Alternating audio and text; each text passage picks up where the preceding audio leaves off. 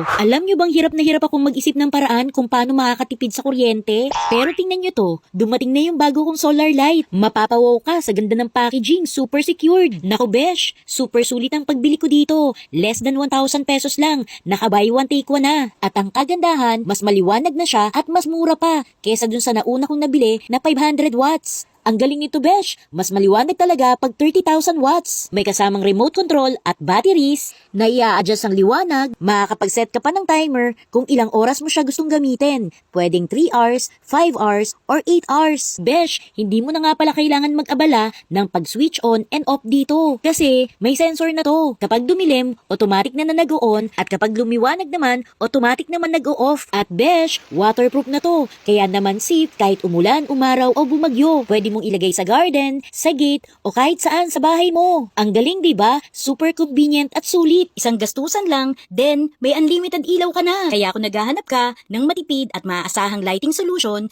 highly recommended ko talaga ang solar light na to. Kaya besh, kung bet mo din, nasa yellow basket ko.